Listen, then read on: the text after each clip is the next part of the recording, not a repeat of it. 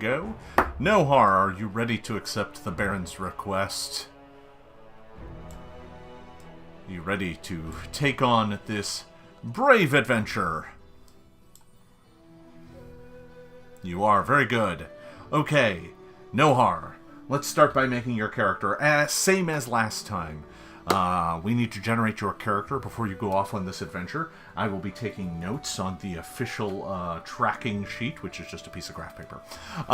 So let's start by finding out what ancestry you would like to play. You have your choice between human, dwarf, elf, and goblin. Volantrix! Thank you very much, Volantrix. That is awesome.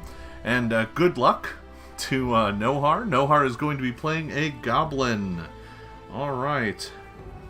Nohar is going to be playing a goblin. Thank you, Volantrix. Nohar, that is a big mountain of luck you have there. I'm going to go ahead and say that amount of luck merits you with a reroll. So that's how much luck that was. You can have one free reroll in this, so save it until you really need it. Okay, next, let's pick your background. You have your choice between barkeep, street urchin, merchant, or acolyte. Your choice.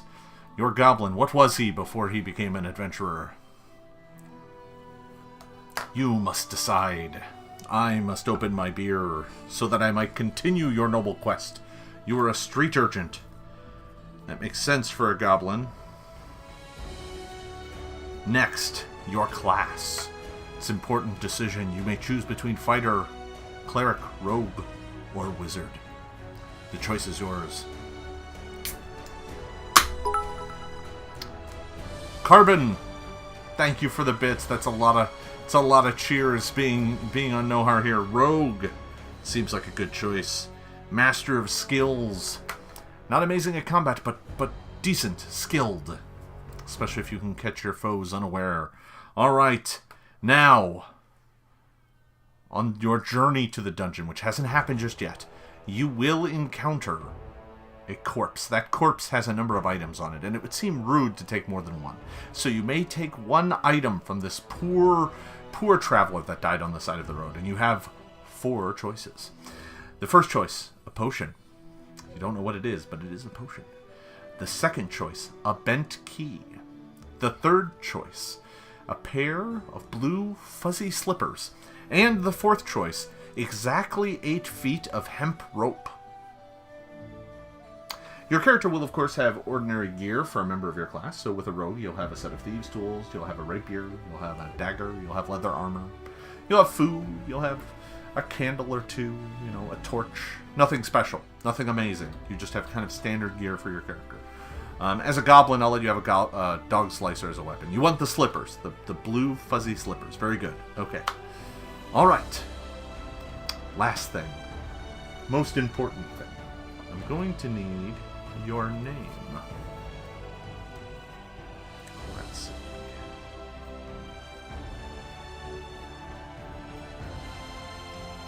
Write down fuzzy slippers as a goblin rogue. Ooh, yeah, you're not going to have a lot of hit points. You're starting out with... let's see, that's going to be 8, 6, 14... yeah, you're only going to start with 15 hit points. Not a lot. Muggok The Unkillable. Good old Muggok The Unkillable. I'm assuming The Unkillable is the family name. 100 bits to The Unkillable. Whew, that's some bits that just got wasted. All right. This is going to go great, I'm sure. What could possibly go wrong? All right. Now, Muggok wakes up in a gutter. You were sleeping there last night. You managed to spend your last couple coins on a half barrel of all sorts from the local tavern. It's just the barrel that they dump the rest of everyone else's mugs into, and you got it on the cheap, so you tied one on. You had a really fine evening. You are waking up in a gutter. Now, you are being awoke by one of the guard. This isn't unusual for sleeping in the gutter. I mean, as a goblin, it happens to you with some regularity. But this time, this guard looks like he has a purpose other than just to make you move along and get out of here before the merchants set up shop on the street. He seems interested in taking you somewhere. As a matter of fact, he gets you up, brushes you off, gets some of the filth off of you, and says, "Baron wants to see you. Come with me. You are Muggok, aren't you? The unskillable, unfillable, something like that. Come with me." And he drags you to the center of town where the Baron's palace lives. Inside, you are escorted to the Baron, who is sitting on his throne, busily signing papers and ordering adventurers off to other tasks. He's a busy man. He looks at you and he says, "Muggok, I have heard of your drinking prowess." And, I mean, that's, something impressive, I guess. Listen, I have a task for you. It's very important. I have lost a ring. I lost it quite some time ago. And he's like, Muggok, over here. Eyes up here, Muggok. Muggok, I have lost a ring.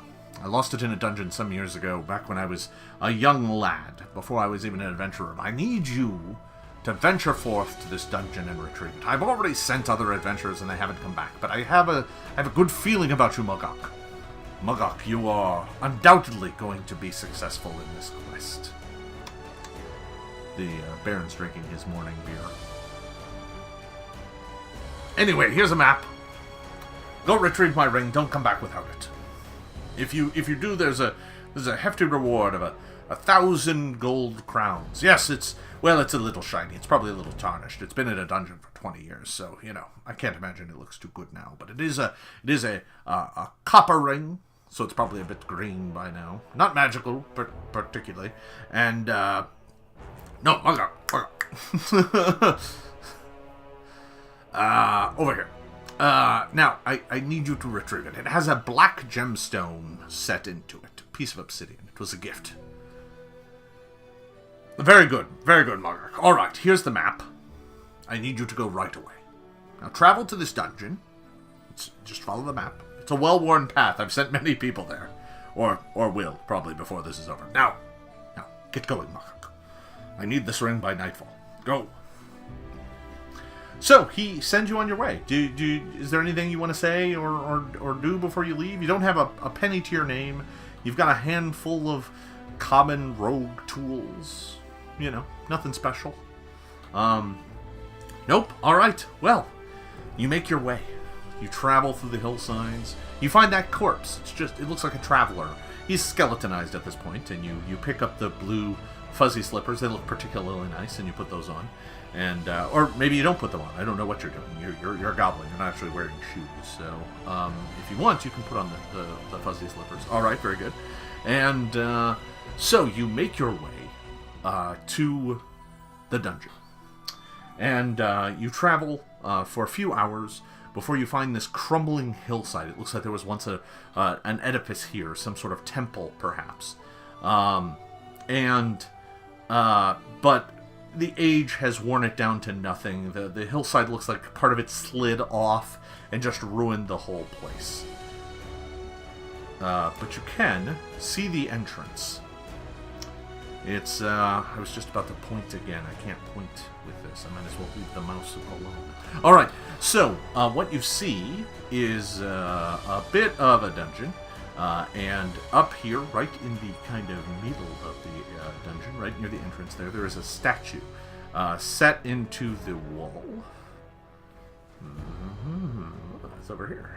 Alright, everything's backwards, so I'm having to relearn how to point at things. Alright, so there's a statue set into an alcove. It looks like it was once a proud noble warrior. It has a sword. It's a stone sword. And but its face is completely illegible. It looks like the slide took off half of its face. I should put coordinates on the map. That's actually a really good idea. What I should do is actually, now that I'm thinking about it, what I should do is up here, I should create a grid in space with the coordinates on the outside, and then I can just pop the images in and describe them. That's a really good idea.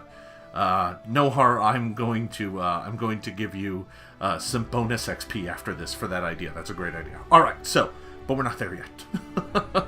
You could spend your bonus XP later. Now, Nohar, Muggok approaches this dungeon, and you can see there is a passageway leading down into darkness. What would you like to do?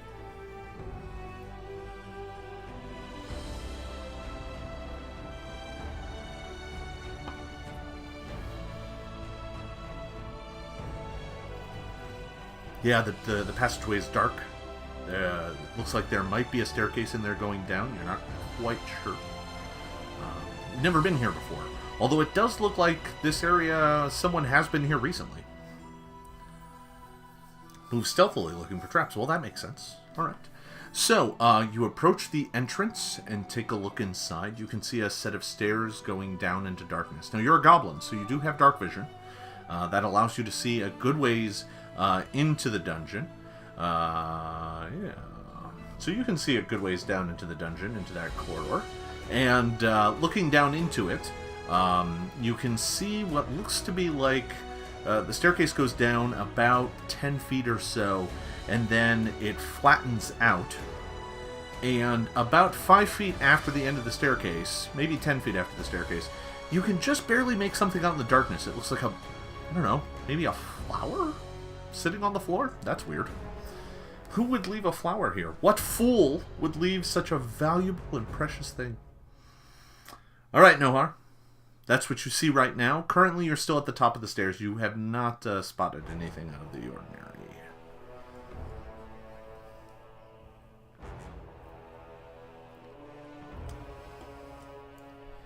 You investigate the flower. Alright, well, you did say that you were looking for traps, trying to keep an eye out for things. So, Nohar, as you make your way up to investigate the flower, go ahead and give me a perception check. I'm not going to bother with secret checks here, because that'd just be me rolling and no one could see, and who knows what it is. So, and everybody knows. So, go ahead and give me a perception check. D20, there it is. 17 is awesome. Your perception as a rogue is very good. So that is well over a 20. And as you approach the flower, the one thing you can notice, it looks like someone left it here, perhaps intentionally. Because as you get close, right in front of it, that 5-foot square there, looks like it contains a trap. As a matter of fact, you're pretty sure there's a pit trap right here. You can see the spring-loaded mechanisms kind of in the seam in the floor. Now, you know where it is. You could probably easily jump over it. It does go wall to wall, so you can't just edge around it. You'll either have to jump over it or try and disable it, which will probably jam it shut. And as long as nobody was really heavy, they could probably walk over it without having to worry about setting it off. But the choice is yours. Disarm. Very well. So go ahead and give me a check. There you go. An 8. No, not quite enough. You don't set it off, not that that would really do anything, because it looks like it's a pit trap, or at least that's what you think it is. But you jimmy around with it for a few minutes, and you can't get it to, you cannot get it to lock. You can try again, but each one of these is taking you a few minutes. You're breaking out your tools and jimmying around with it. It's not making too much noise, but it is making a little.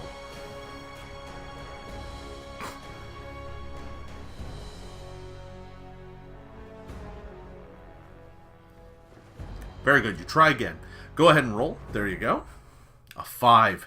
Yeah, you just can't get it. As a matter of fact, this time you're jimmying around in there, and you just bent one of your lockpicks. It's now kind of bent and broken.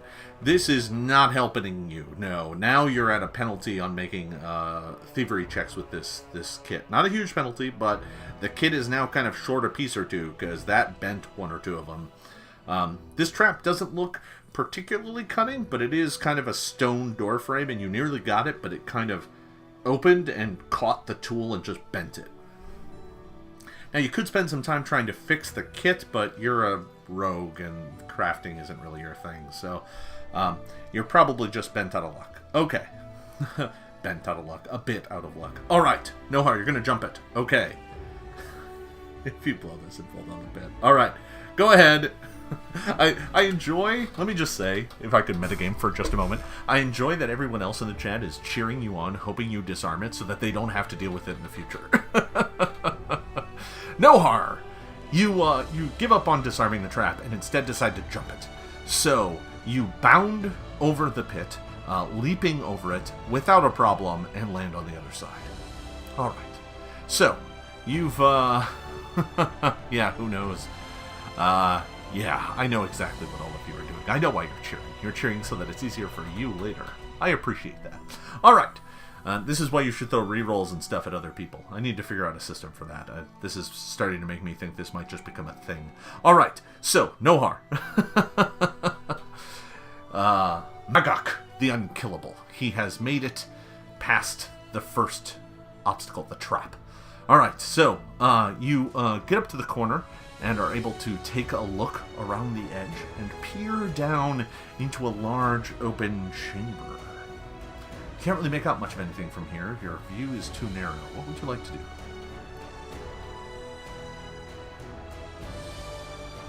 I need to drink beer that doesn't come in a green can. It's playing havoc with the green screen. Alright.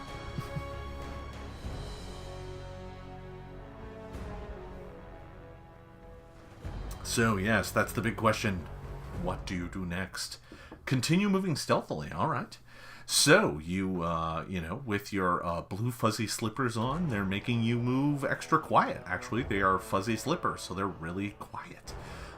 You are moving very quietly as you edge around the corner and make your way towards the next room. Alright. So, you come rounding up the bend. Whoop, and make your way towards the room.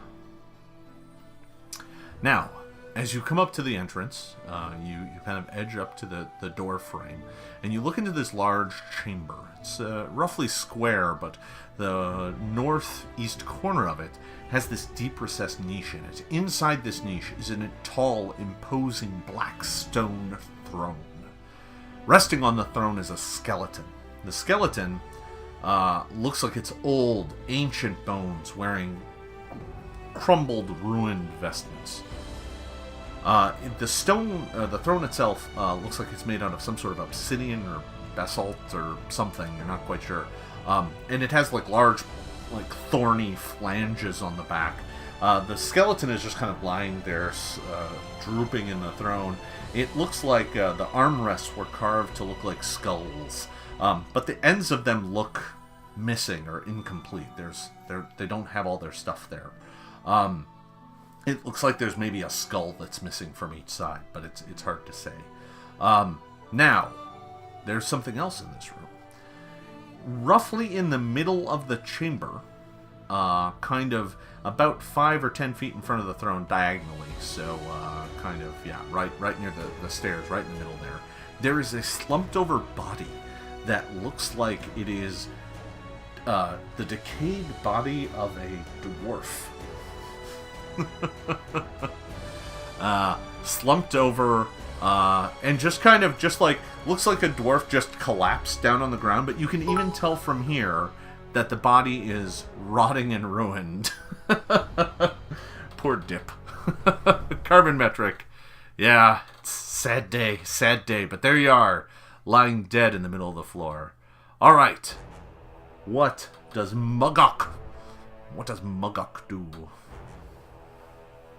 Check for loot. Okay, so you're going to make your way up to the body. Is that the plan? Or are you doing that from the door frame? I mean, you can't really do it very well from the door frame, but you could look. Excuse me.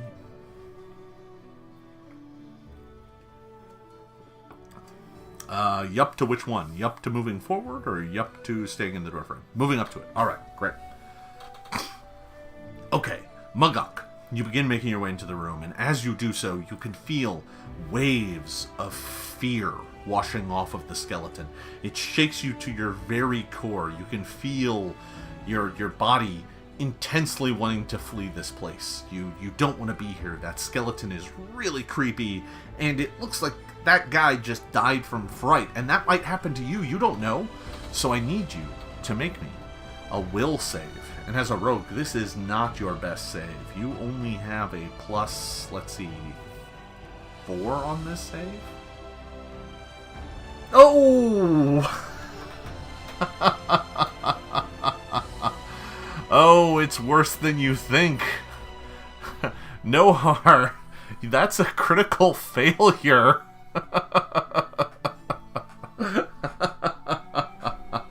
Alright, you blindly turn and bolt from this room. Would you like to spend your reroll before the results become... Alright, there it is. Here comes the reroll. Alright, you may reroll. Go ahead.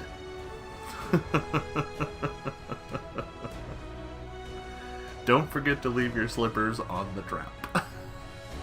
There we go, Nohar. That's much better. Okay, you're about to flee. You're about to run. You can feel yourself about to bolt from this room in just a blind panic. Like, you were going to run without even thinking. You were going to panic run, which was going to not allow you to save against the trap. You were going to run right into it and fall into it. So it's good that you re-rolled, because that would have been very terrible. All right, so you steel yourself. You pull yourself together and somehow manage to just skid to a halt. And you stop at the edge of the door and you're like, there's nothing to be afraid of. It's just old bones. Nothing to be afraid of. Nothing to be afraid of. And you slowly turn back to the room. I'm assuming you'd like to finish looking at the body.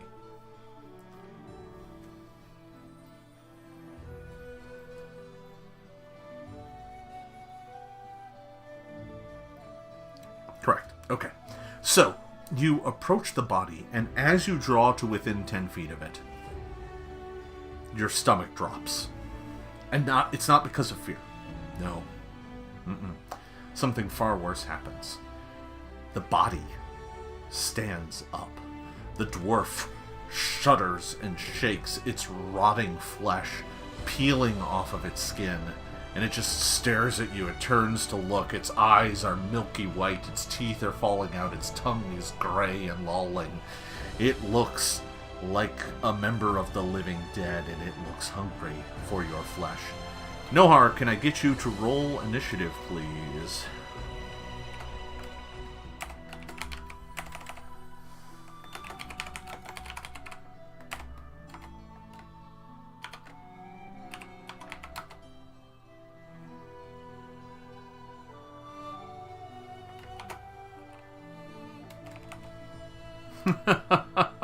Alright, we all tried to roll there at once. Carbon Metric, I'm going to let you roll the die for this. It is you, after all, so go ahead and give me an initiative check. There it is! Alright, so, Nohar, you are playing Muggok the Goblin Rogue. Yeah, the timeout I might have to turn down for this particular event. Won't be too big of a problem most of the time. So,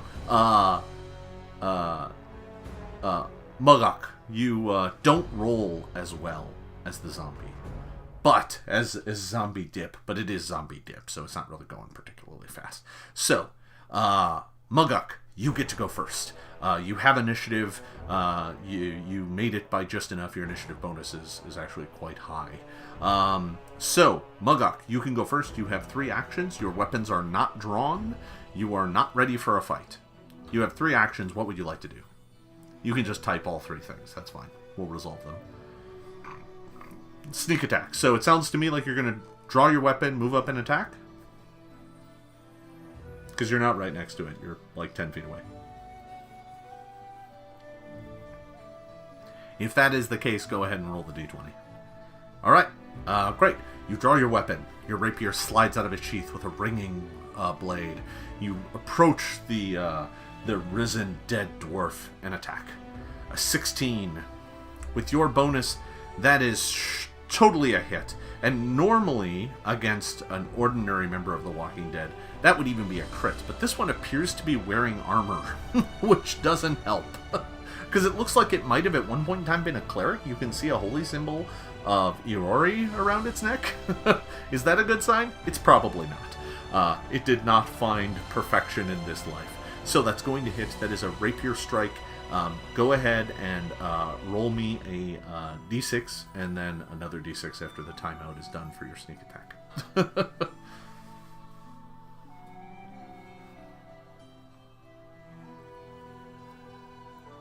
6, that's very good. All right.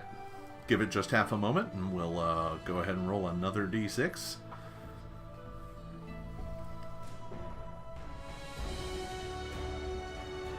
I wonder if I can figure out a way to make it roll multiple dice at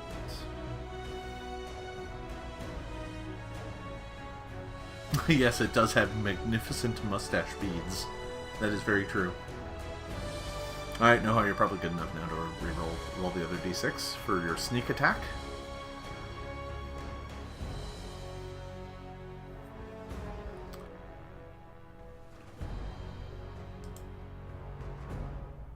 There it is, 11 points of damage. Very nice. Your rapier pierces the dead body and just vile effluvia spills out of it. But now it's its turn. That did not kill it. Now it attacks you. The zombie attacks.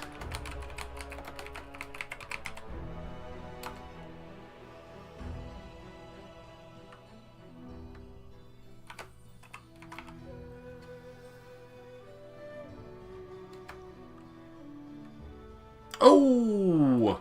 The zombie's heavy fist slams into you. Carbon, I beat you to it, I'm sorry. Alright. The fist just pummels you, slams right into you.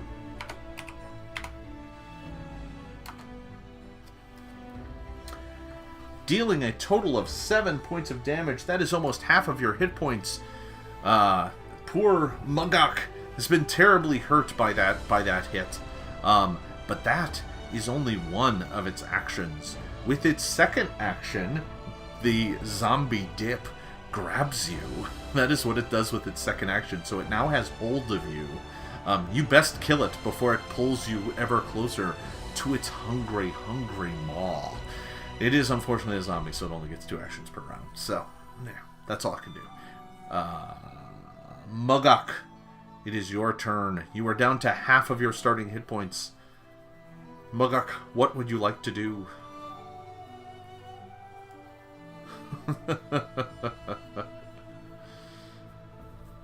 It is back to you. You have 3 actions. Attack, attack.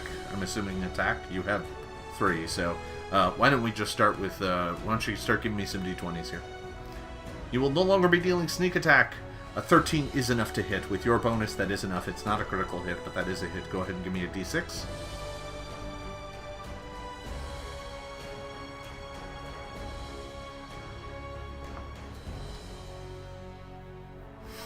There we are. 3. Your blade pierces the zombie. It looks like that hurt it. It's still up. Here comes the next one. A 3 is not going to hit. No, and you're dealing with multiple attack penalties. Would you like to take the third attack? This one's going to be swinging for the fences. You're going to need a high roll to hit, but it's better than nothing. No. You desperately try and break free of it. You're slashing it. Vile fluids are pouring out of it. It is staring at you with, he is not flanking. No, the skeleton is not providing a flank. Not for him. No. Alright, so, the zombie goes. It is trying to pull you ever closer to its maw. It's attempting to bite you. Carbon Metric, why don't you go ahead and roll that die for me? Since it is your character, after all.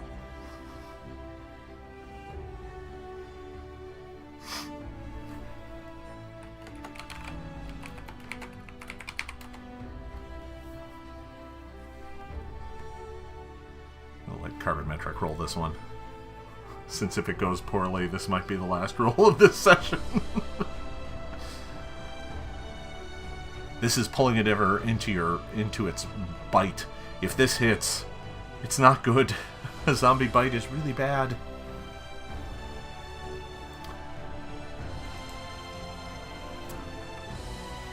Carbon, if you're there. Otherwise, I'm going to roll this for you. Give him just another half second to determine your fate, Nohar.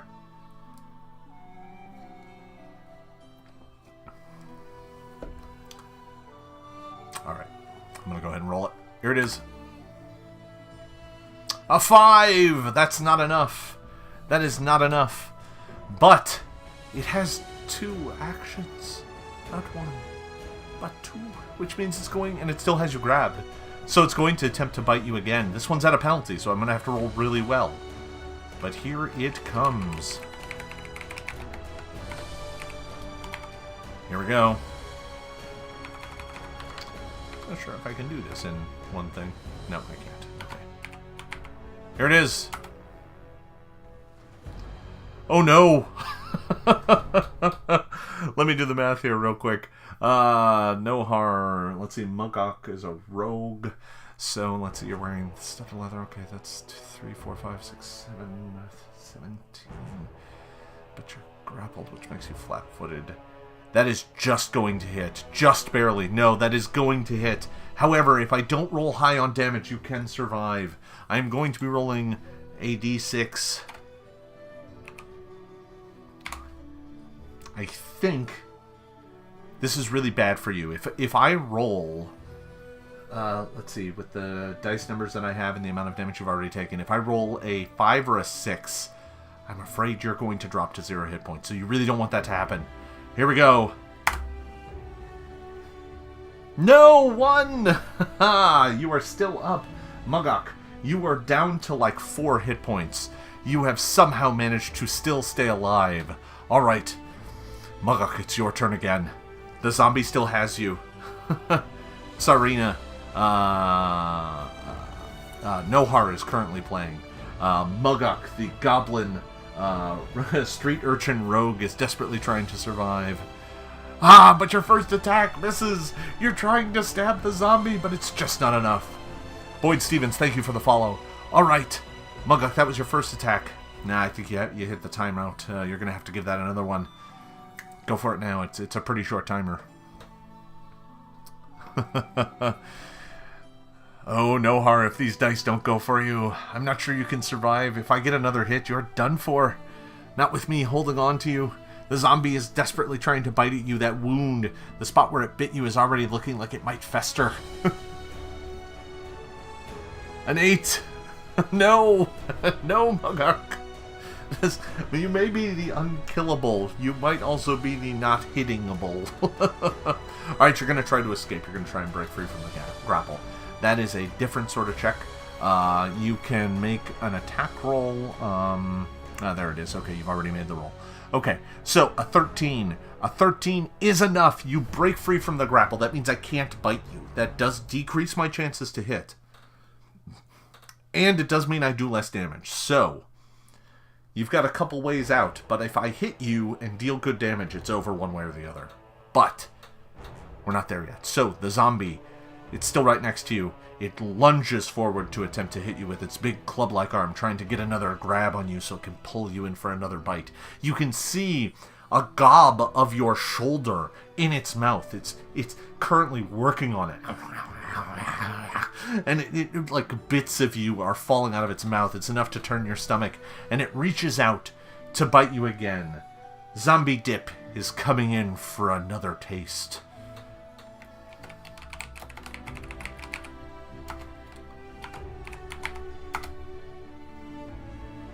An 11. I think that's gonna miss. Yes, it is. That's just going to miss you by, like, 1. I think if my numbers are correct. Yes. So, the first one's going to miss. It swings wildly at you and doesn't manage to connect. It's going to attempt to bite you again.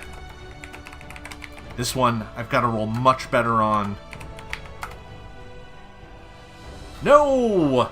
Terrible! Terrible! Nohar, you've somehow managed to stay alive in the flurry of bad rolls. Muggok still lives. Alright, Nohar, it's back to you again. This thing looks like it could...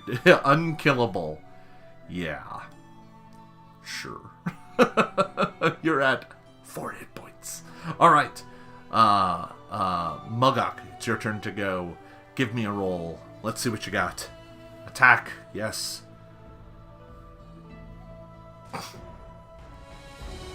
A 14. That's a hit. It looks like it's in really bad shape. Roll well on this damage die, and this might be it. Go ahead and give me a d6. You might have it, Muggok. 3 plus 3. Yes! So, the zombie collapses to the ground. You have stabbed it. It looks like it is mortally wounded and crushed. The thing falls to the ground and just twitches. You have managed to defeat it, Nohar. Muggok is victorious. Dip the zombie is no more. At least not for right now. Okay. That is fair. Alright, you loot it. Alright, well, it has some armor on it, but the armor is pretty smelly. You're not sure you want that. It doesn't seem to have any other weapon, as if that might have fallen down a pit. Or is somewhere else. But it's not here. You go through its belt pouches and stuff. You find some rations that look like they're maybe a week old. Those don't look very good. They look kind of rotted because they've been underneath the body. You find a holy symbol to Aurori. You do not find a weapon. You find a suit of armor. You find you look in your bag and you find pretty much the same stuff that you have in your bag. Like, oh look, here's some rope, and here's a torch, and here's some flint and tinder. There's nothing really special in there at all. So, that's what you find. There's a holy symbol to Aurori, though. I mean, it's silver. It's worth maybe a couple, like a gold or two. It's not bad.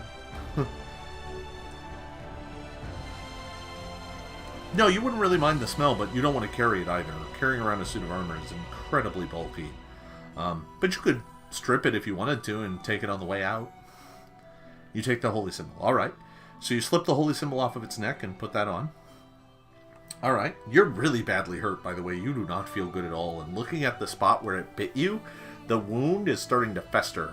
You're not sure what's up with that. It seems to be festering far faster than it should. So what do you do next? Looking around, outside of this body that rose up to fight you, you look up at the skeleton, and you lick your wounds. That does not make it better.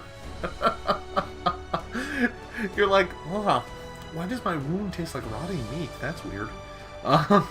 Is that normal? Is that what goblin tastes like? You don't know. So looking around, you look into the skeleton, and you notice that sitting on its lap is this old-looking copper ring with a black gemstone. It's just like sitting in its lap. Could that be the ring that the Baron was describing? Could it be that simple? You have no idea. What would you like to do? Muggok is badly hurt. You examine it up close. How close are we talking here? Describe up close. Are we talking you get an inch away, a foot away? You are adjacent to it, just kind of staring from a few feet away?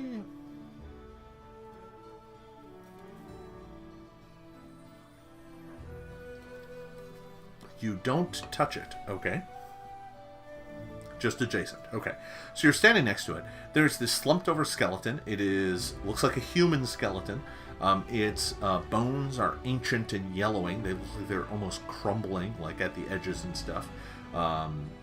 Vague bits of like cartilage and old rotted flesh is all that hangs to them. It looks like it's wearing vestments of some sort, but they're so rotted and decayed that you can't make out what they are. They are black and blue. That's what you see.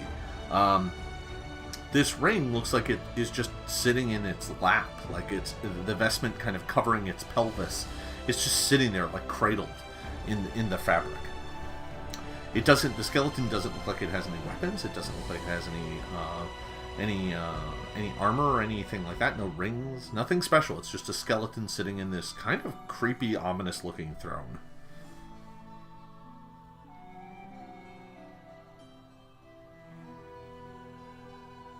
So, I guess the question is, what would you like to do next?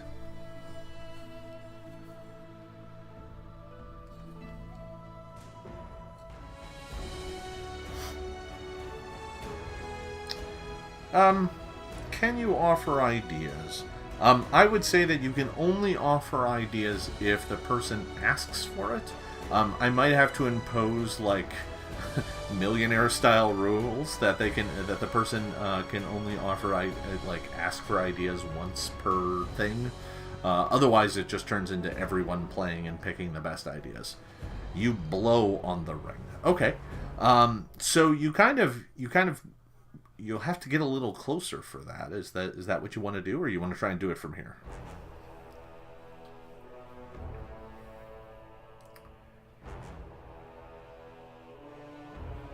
Yeah. So, just as a general rule, that's how we'll call it for now. The person running this can ask for ideas once per session, and that's it. Otherwise, everybody can just observe and react.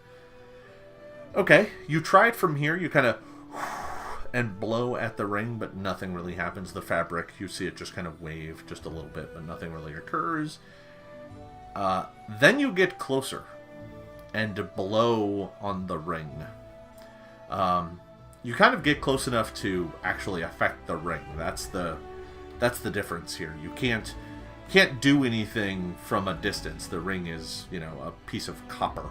So, and it's kind of hanging in this old moldy cloth. But if you get close enough, you can kind of make it shake a little bit. And just the act of it moving a little bit, you notice the skeleton twitch. That's probably the best way to describe it. The bones suddenly twitch, as if electrified. Like disturbing the ring causes them to move just a hair. Yeah, you jump back. Alright, that's fine. You can jump back. Not doing anything rash. You're just backing away from the skeleton. You jump back, nothing happens. The skeleton just sits there. You can tell me what you would like to do next. It does appear that there are 2 doors out of this room, by the way. Interestingly enough, it's clear that there's not 1 missing, but 2. There's, the ends of both arms of the throne are missing. It looks like there is a spot for a skull to be placed in both of those, but they're not there. Other than that, there's nothing else in this room. There's a door to the north and a door to the south. North, by the way, being up on the stream, obviously, because I used to be an architect, so north is always up.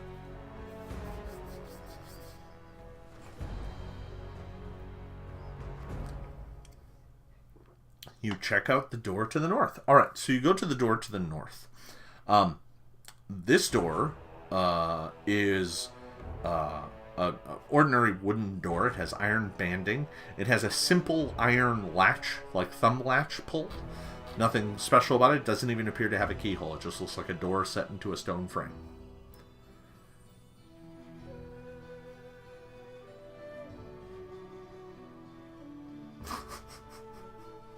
Nah, you don't smell any mold or mildew. Nope. You check for traps. Go ahead and give me a perception check. Bounce me a d20.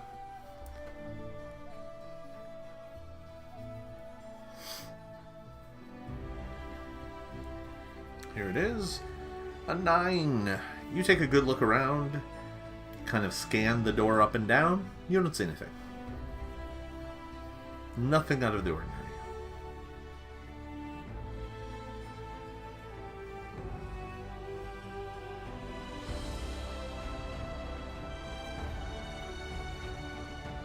Slowly open it. Alright. You slowly open up the door, and what assails you from beyond is pretty strange, to be honest.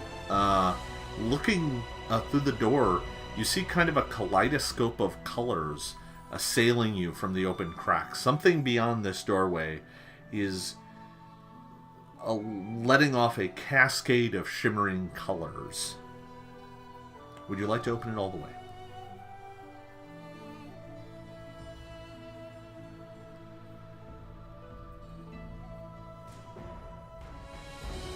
That's right, quite shiny. Okay, you open up the door. As you do so, kind of just bright light echoes down the passageway. You know that effect of light reflecting off water and how it's all shimmery and weird on other surfaces? You're getting that, but multicolored and multifaceted, and just kind of cascading down the hallway.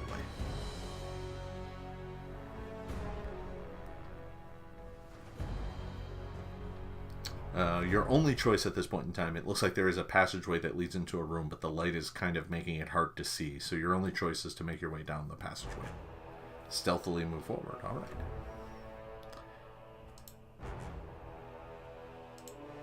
Okay. So, you make your way to the north. Look at that, everybody. A new map. All right, making your way to the north, you advance up the corridor and enter a large chamber. The chamber has a number of interesting features. One, there is some sort of tile mosaic on the floor with odd, strange runes around the outside, the center of which is some 8-pointed star-like symbol. Around the outside of the room, in curved alcoves, there are 8 of these. You can see them as white little circles on the map. There are 8 of them. Each one is a pedestal. Atop each pedestal is an orb. Yes, you can read. You can read Common and Goblin. That's it. Atop each one of the pedestals is a orb. It looks like an orb of glass. It looks kind of big. It's like a good foot in diameter. There are 8 of these orbs. Each orb is a different color. So there is red, orange, yellow, green, blue, violet, purple, and then a magenta. So there are 8 colored orbs. There is 2 other features in this room.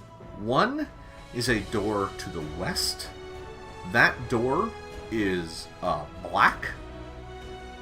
Or sorry, no, that door is white. That's right. The door to the west is white. Then there is a door to the east. The door to the east is black. Finally, directly across from you is a statue. The statue looks like a man who's half burned. He looks like he's like half of him has been burned to a crisp, but it is clearly a statue. But half of it is made of like black ashen marble. The other half is white and looks pristine. And the man has kind of a stern look on his face. And he is holding out his hands. He is holding his 2 hands out, palm up.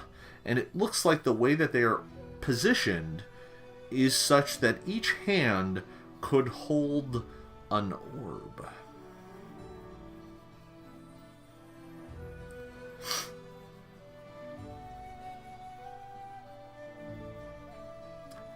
Now the question is, what would you like to do? Closest orb to your left or to your right? Basically, you want to pick, are you picking the red orb, which is to your left, or the magenta orb, which is to your right?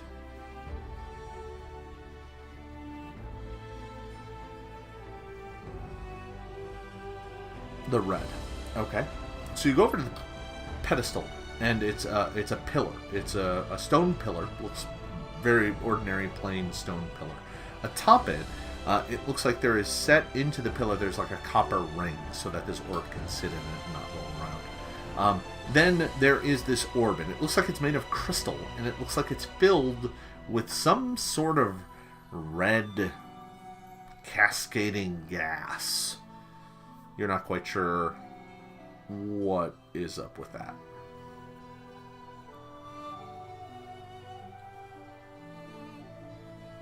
Looks like it's made of glass. It's smooth. Doesn't look like it has any marks on it.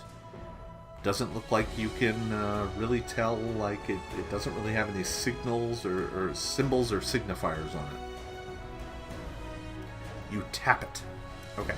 You reach out and ding, ding, ding. Looks like glass. It moves just a little. Looks heavy, but not unmovable, because your tinking caused it to rock a little bit. You could probably pick it up if you wanted to. Oh no, Carbon Metric's headphones died. This happens with some frequency for him. Poor guy. Carbon Metric, you'll have to catch this on the rebroadcast. Good luck.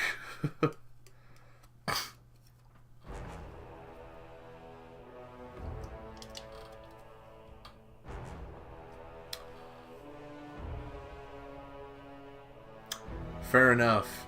What does Muggok do?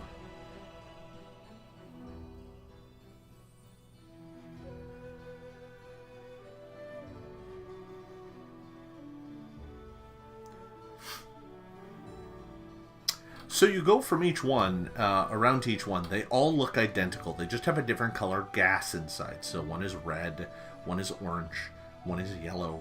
One is kind of an emerald green. One is blue. One is purple. One is violet. One is purple, and one is magenta.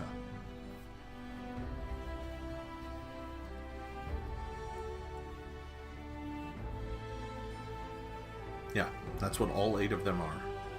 You go and examine the statue. All right. Well, you go up and examine the statue, and you get up close to it and take a look. And looking very closely at the statue, you notice that written across its chest, it looks like there are some symbols. There are some, there's like a plaque around its, kind of around its waist. And the moment you kind of take a look at them, I need you to make me a will save. So go ahead and bounce me that d20.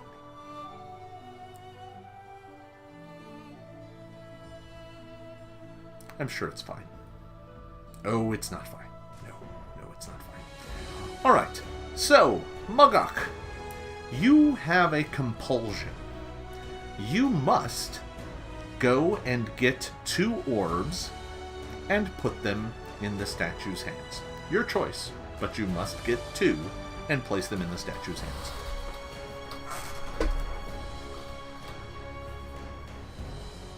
You get to pick the color.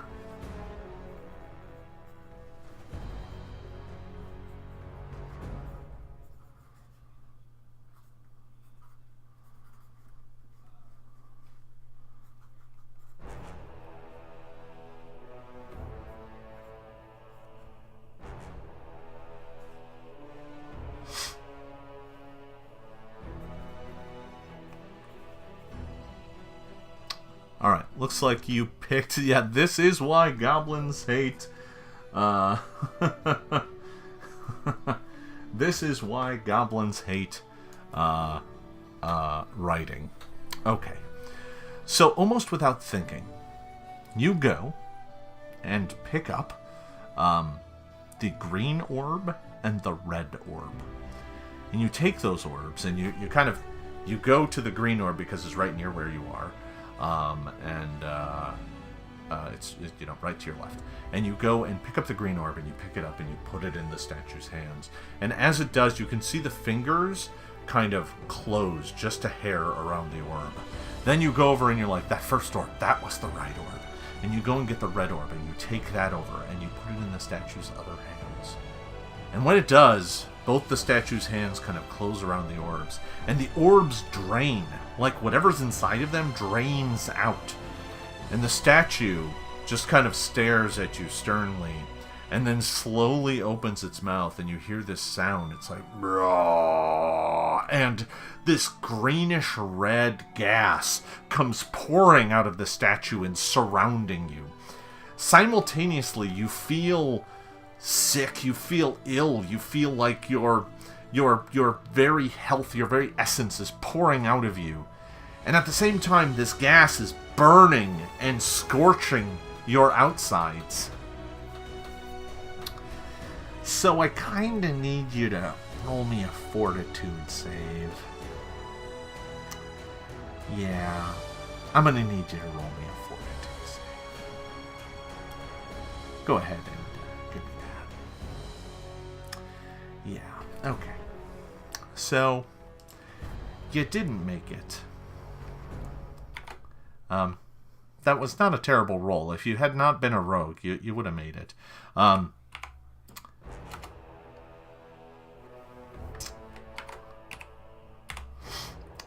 So, that's the first one I rolled. I'm actually not done yet. Hold on. Yeah. So, I'm not quite done yet. Okay, so I'm done now, and you didn't take half.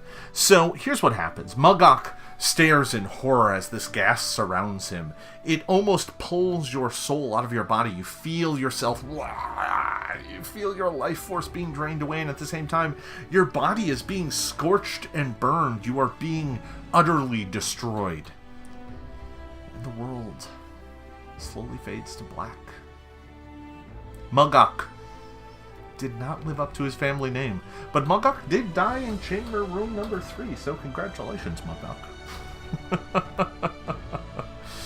Alright. Let me make notes about what happened to poor Muggok.